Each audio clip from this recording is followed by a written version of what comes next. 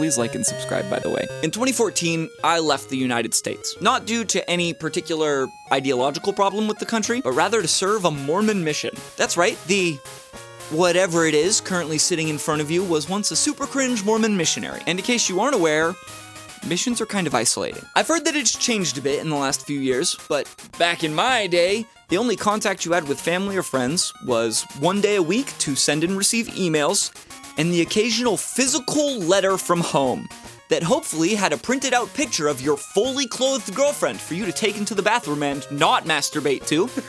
I know what y'all were doing. And then twice a year you could video call home, generally on Christmas and Mother's Day. Additionally, we didn't have recreational internet access and were forbidden from consuming worldly media. Worldly meaning any movies, music, or literature that was not distributed by the church, or at least hyper-religious in nature, depending on your specific area of the world and leadership. And when I returned home in May of 2016, the world was different. Supporters of the Black Lives Matter movement don't discriminate.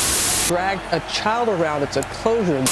I am officially running Pokemon Go. I felt that pretty much immediately, but it took me a little bit longer to realize just how much. See, I grew up in the Xbox Live and Odd Future era. If you're a fellow late 20s unk, you can probably relate, but we were not nice to each other. Or at least we didn't talk nice. It was pretty regular for people of my area and skin tone to get on Xbox Live and call each other dirty stupid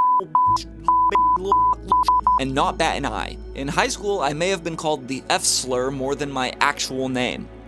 I may have said the F-slur more than my actual name. I could go on with examples, but hopefully you get it at this point. We were edgy. We were offensive. We were cruel and callous in the way that we used language meant to demean marginalized people with no thought to the impact. And unfortunately, it took me some time to realize how far the world had moved past me in just a couple years. I'd luckily become more progressive while on my mission, but returning home and then going immediately to a predominantly white Mormon university in fucking Idaho definitely made my realization take a little longer than it should have. That shit, what I'd been saying in jest and play, the N-word passes given to me by black friends, the lyrics of a lot of my favorite songs, that shit sucks. And I had to stop doing it immediately. And it wasn't like someone called me out for it one day, although I kinda wish they had. It was more like one day some little anime boy neuron was wandering the hallways of my brain when he bumped into his beautiful crush, and as she falls dramatically to the ground, her disturbingly large breasts somehow trip the fire alarm that says, empathy. That metaphor really got away from me. Anyway, I felt terrible when I realized. I went on a fucking white guilt bender, which is perhaps especially brutal when you realize that, based on your love of hip-hop, you want to be a rapper.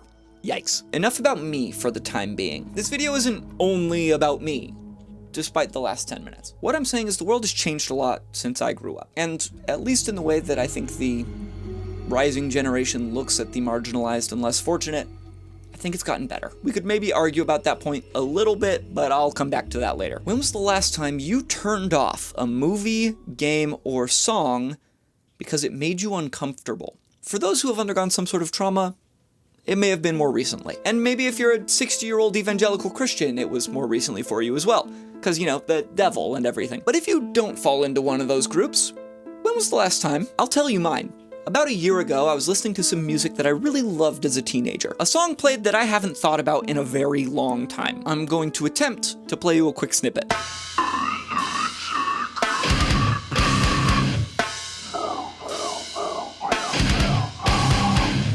This song is called Chased Through the Woods by a Rapist by Waking the Cadaver. And it is told from the perspective of the rapist. Despite the fact that on listening to it, you probably don't understand a single word, I know them. So when it came on, I found I no longer had the stomach or lack of empathy that I did as a teenager. I turned it off. But, and this is what I've been building to this whole time, the song isn't horrible. In fact, if you like shitty, amateurish, brutal metal, you might like it. You might even call it good, but that doesn't make it pleasant to listen to. There's a quote attributed to Caesar A. Cruz, but more than likely you've heard it uttered by the most annoying person you know. Art should comfort the disturbed and disturb the comfortable. I think Banksy parroted it at some point too. I understand why people would gravitate towards this idea. It's catchy. It sounds good. It gets the people going. And trust me, I like when art makes Republicans angry because it has a trans person in it. But like, it's kind of reductive. If you really like this quote, I'm not calling you wrong. Instead, I'm asking you to look past the initial poetry of Mr. Cruz. Should art do anything? What if a piece is nearly universally comforting? Has it failed? Is it not art? Is it bad art? Would you look Porter Robinson in his beautiful eyes and tell him that nurture is not a masterpiece because it's just too comforting? And what about the reverse? What if the art is almost universally disturbing? It's a cute quote, and it looked really good in that Instagram post. But it doesn't really mean much. There is a group of artists and a style of art that is intent on causing negative reactions, confronting you with the uncomfortable, disturbing you, whether you are disturbed already or not, causing offense or outrage or pain. We generally call this transgressive art. And transgressive is a word you're about to hear way too much in this video, so fucking get used to it now. It's as frustrating to say as it is for you to hear, so trust me, I don't like it any more than you do. Editing booth ritual here. I did all of this filming and my rough cut of the video and realized I didn't really provide a good definition for what transgressive art is. I give examples, but I don't really define it. So I want to first say that transgressive, offensive, and like shock art are different flavors of the same thing, but not the same thing. You can think of art that is meant to be shocking, and generally it's edgy and gross, you know, maybe old exploitation films, stuff like Cannibal Holocaust. Shock art is inherently transgressive, but not all transgressive art is shock art. What I'm talking about when I refer to transgressive art is stuff that is transgressive but isn't shock art, even though shock art is definitely transgressive art. Like, I'm doing a video about toads. All frogs are toads, but I'm not really talking about frogs, I'm talking about toads. Does that make sense? I will define transgressive art for my purposes in this video. Others might define it a different way. How I will define it for this video is art that offends common sensibility to make a point. Not just offending for the sake of offending. It's not just being gross so that you'll be grossed out. It's not scaring you just so you'll be scared. Yeah, it's trying to make a point beyond the gut reaction. That's how I want you to think of it, okay? Okay, does that make a little sense? I'm gonna move over here a little bit. I'm gonna move a little closer. I feel like in daily conversations about any subject I'm passionate about, I always end up getting into the issue of connotation versus denotation. Connotation being the feeling of a word, denotation being its actual meaning, right? So, denotatively, offensive and transgressive are synonymous. They're ultimately the same point, but they have very different connotations. They imply a very different sort of offense. If I say that I like offensive art, that gives you a very different idea than if I say I like transgressive art. Offensive being like, oh yeah, I like when people are racist in a movie. I don't know. What I like is people taking broader sensibilities, I guess. Something that is maybe inherently discomforting to humanity, or at least a culture as a whole, and not just specific groups within it. I think you can offend specific groups. I think to transgress is more societal. And just so that we're on the same page, here's a list of some transgressive works with which you may be familiar.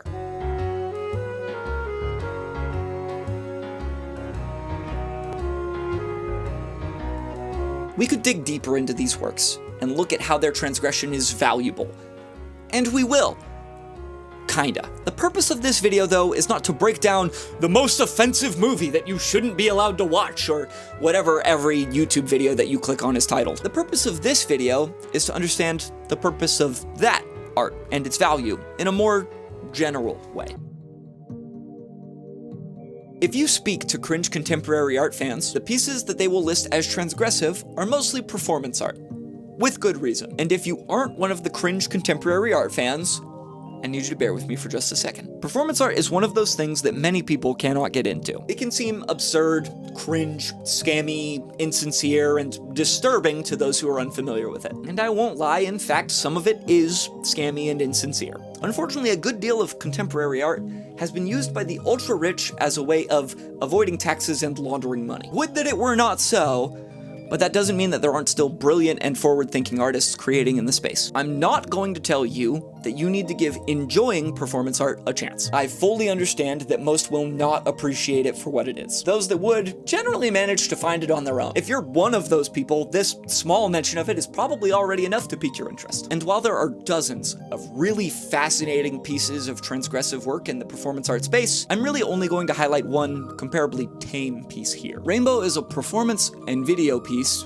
by Chinese artist Su Chen. I saw it a while ago, and for the life of me cannot find the full piece to show, but I did manage to track down a piece with some work. Rainbow is a video taken of an anonymous person's back. There's a quick cut, the sound of a loud slap, and then a pink welt appears on the back. And it happens again, and again, and again, at varying intervals. You never see the slapper or the slap itself, only the reaction of the human body to harm. I will show you a small portion of the video now.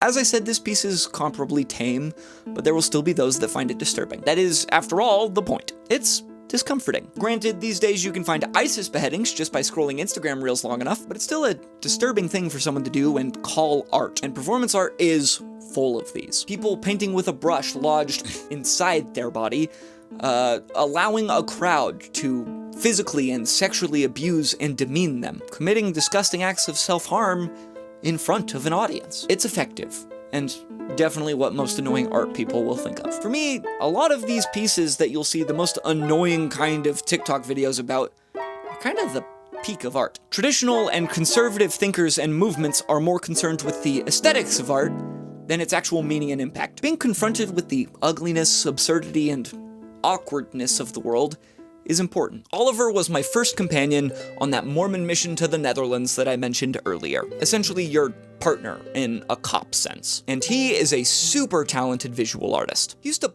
point out all the strange street art all around Rotterdam and ask me, how does it mean? Though partly in jest at the time, I think it's a valuable question that I want you to consider as you explore all art, but especially the stuff that I talk about in this video. And if the question itself boggles your mind a bit when you think about it, take some time to consider it when you lie down for bed tonight. Consider why we word it that way rather than the more obvious question. How does it mean?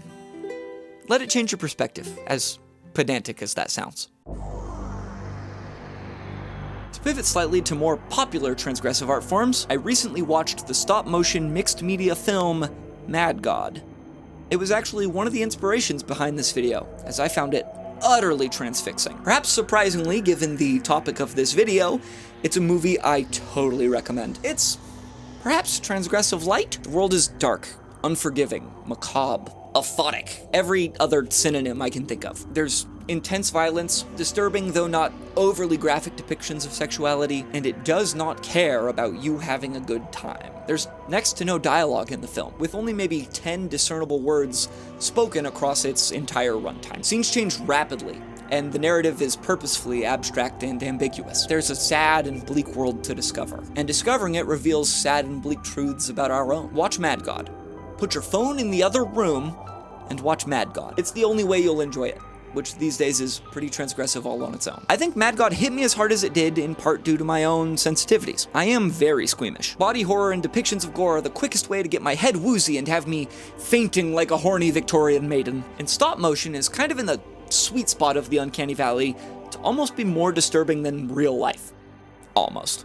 I think that almost is actually really important with this stuff. How do we toe that line without being just an actual depiction of the most horrible things in life? I don't think snuff films are a good direction for us to go as far as making art. I actually just rewatched the movie to try and take some notes to have more things to say about it in this video, but I was just instantly pulled back into the world of the movie, noticing new things. One thing did occur to me though. See, when I started working on this video, I was mostly thinking of art that is considered transgressive thanks to its subject matter and depictions. But thinking about it a little bit deeper, I think there's a great deal of art that could be considered transgressive by way of its inaccessibility, such as Mad God's lack of dialogue and being a terrible second screen watch. And I think one medium is able to take advantage of this inaccessibility better than any other. Strap in, it's time for the pseudo-intellectual YouTuber to talk about video games. And what kind of pseudo-intellectual YouTuber would I be if I didn't take time to talk about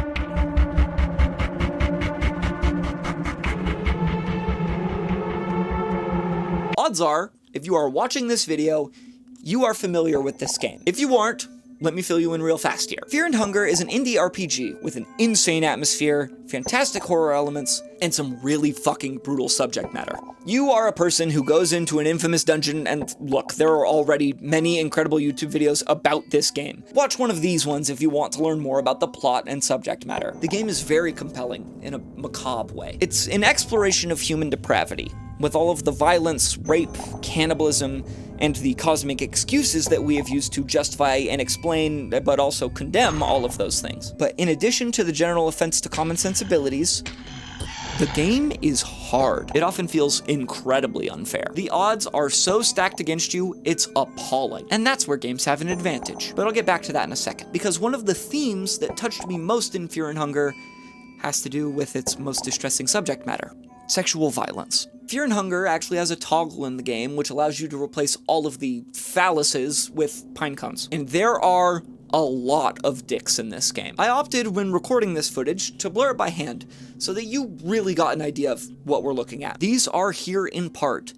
to add the threat of sexual violence constantly. Not every character or monster in this game is going to assault you, but you have no way of knowing who will. Non-men in the audience might know where I'm going with this. It may not have been intended, but this reads particularly well in a feminist context. As a cis man, threats of sexual violence are not something I regularly consider, but the nature of flipping a coin in a new encounter and not knowing in which way you will be accosted and whether or not it will actually hit you, it actually makes me a little more sympathetic, particularly to the women in my life. I don't know exactly at which point careful not to drop the soap stopped being funny to me, but I think sexual violence is a really difficult thing to handle in media, especially in a tasteful manner.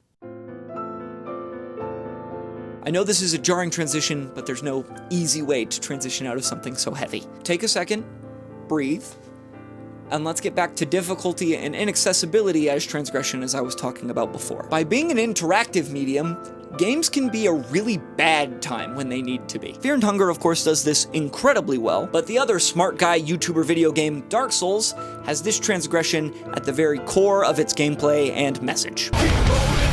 Game hard, cause life hard. Play hard game, think about hard life. And it's so many other games out there that capture the beauty of transgressively inaccessible art. A bunch of them also have really great video essays because they are great games. Pathologic and 2, Silent Hill 4, specifically in my opinion, Overwatch Silver Lobbies. And you know what? That actually brings me briefly to another piece of media that YouTubers love to talk about. What do Fear and Hunger and Dark Souls have in common other than massive dicks? Berserk inspiration. Duh. Berserk's another thing that has been discussed to death. I won't linger long, but know that it is a fantastic read that I can't really recommend to everyone. I actually only finally really took the plunge into it a little over a year ago. There were some panels that almost made me throw my fucking phone across the room. Truly brutal depictions of a truly brutal world that ultimately actually hold that thought. I'll come back to it at the end. We're in a weird spot with transgression in art right now. The reason I've been telling this long-winded story about going on my mission and then coming home and realizing I needed to be a better person is because of how it relates to the art in this video. When I was growing up, we were at the end of an era where transgression was something of a norm. Offense was the standard. It's the reason so many movies from 20 years ago have aged poorly. A good number of the jokes were ill-considered and worse-intentioned. Some of it was funny, most of it was not. Some of it was genuinely subversive commentary about a complicated world. A lot of it wasn't. And this came from a period where a lot of that subversive, transgressive, and offensive art was pushed really, really hard with hope of making an impact on conservative, Protestant Western culture. The 80s saw the rise of the Satanic Panic on part of the generation that had previously been considered hippies. Funny that. And a huge counter-movement of debauchery in art and media followed. Unfortunately, a great deal of that was made by people with limited insight and understanding of marginalized groups of the world. A good example of this kind of thing happening, though it happened actually long before the time period I'm talking about, is John Lennon and Yoko Ono's Woman is the N-word of the world. I think just the title of the song has become something of a meme to the people who have probably never listened to it. Honestly, I think the sentiment of the song is actually a good one, though I definitely understand why it caused uproar even when it released back in the 1970s. Many criticized the excessive use of the N-word, comparing the struggle of black people against racism to that of women against misogyny and patriarchy. The message is certainly an impactful one, and if a white guy is gonna use the N-word, this is probably a more acceptable context than many others. It was truly transgressive. People were mad, and people are still torn on whether or not the message's ends justify the messaging means. Maybe John Lennon was just the wrong guy to give the message. If Kendrick had said it, we probably would have all gone, "Oh, so true, Kendrick." And I am the wrong guy to pass any sort of judgment on that.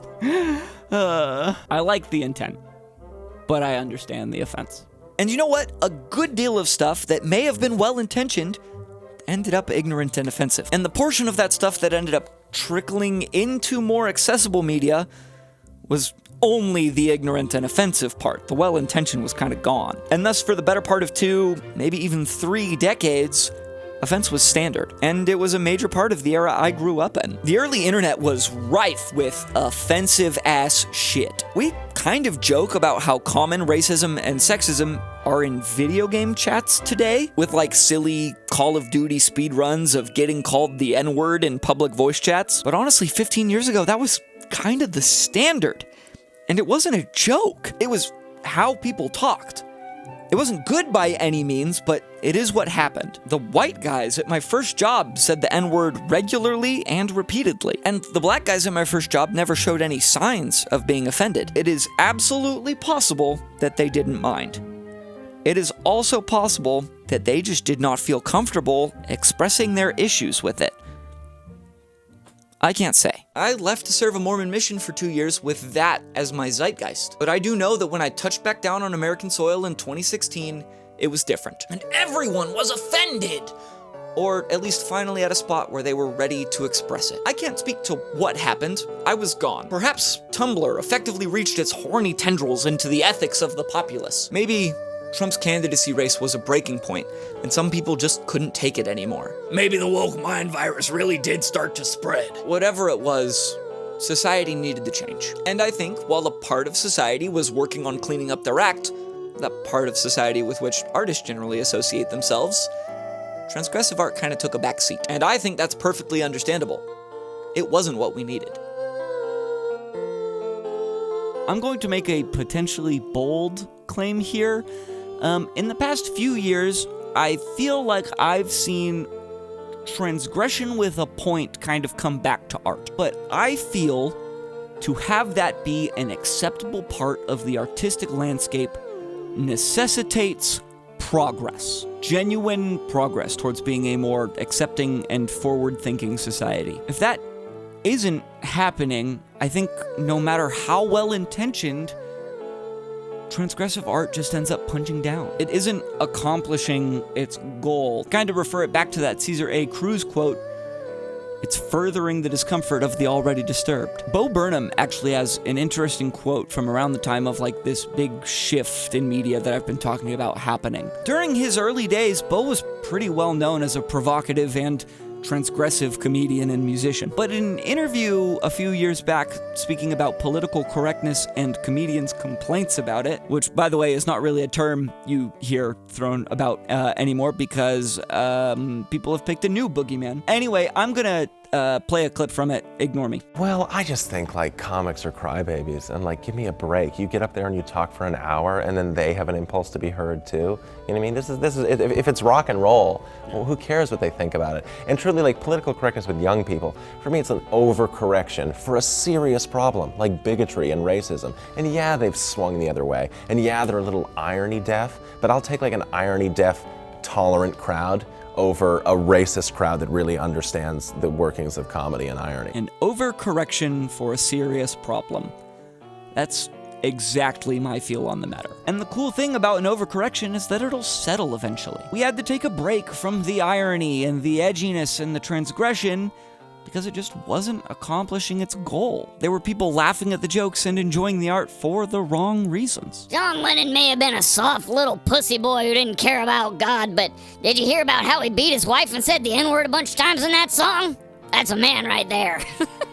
Fuck. I'm maybe on the verge of doing what I caution against here. Let me rein it in. Wait, Ritual, didn't you just say that Transgression with a Point is coming back? I did, but well, I actually started ideating on this script mid-last year, and the cultural landscape and attitudes have changed a little bit over these past few months. Presidential oath of office. Controversial salute. Pokemon Go Niantic is being sold to the Saudi Foreign Wealth Fund. This video is not seeking to offend you or transgress your values, no matter who you are. I contrast the two ideas very purposefully. Ideally, I want happiness for everyone, especially those closest to me, but I'm not willing to sacrifice the happiness of some innocent person on the other side of the world to achieve that. That's what this chart thing means, by the way. You've misunderstood it. Doesn't mean that I don't care about the people closest to me, but rather that I don't have any delusion that they are for some reason more cosmically important than your direct circle, or a trans woman with an OnlyFans, or a Palestinian child, or a random laborer in China, or a homeless person with a drug addiction. All human life has value.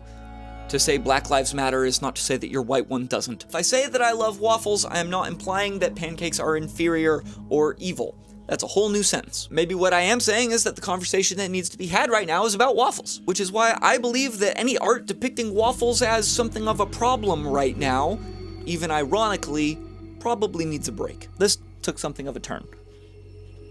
I said I was going to get back to something earlier. Fuck. Transgression in art is probably better when contrasted with times of gentility and comfort. Peace, even. For the brutality present in Berserk, if you do take the time to read it, you will find that the world does get better. Life goes on. You beat that Dark Souls boss, the wounded body heals. Humanity can continue to grow and improve, become better to the earth and each other. In fact, I think one of the things that was highlighted to me by some of the transgressive art that I consumed for this video was just how far we have come as a species. We still have a long way to go, and sometimes we will regress. Improvement is not a straight line up for individuals. Why would it be for the world, or your country, or your community? Art is sometimes meant to hurt. Pain is how we know that something is wrong. And knowing that something is wrong is the first step towards healing. I'd like to take a second here at the end of the video to thank my two patrons, Mando, my best friend now of 10 years, and my mommy. Thank you, Mom. Thank you, Mando. You're the best. If you want a thank you at the end of the video and to see behind the scenes content of the making of this and other videos or whatever else I might be working on at the time, if you like this, if you want to support me creating, it means the world. One, that you watch this at all in the first place. If you are willing to give of your money, just $1 a month, to support this being created, know that you are my favorite. Yep, you're my favorite. Okay, I'm gonna head out.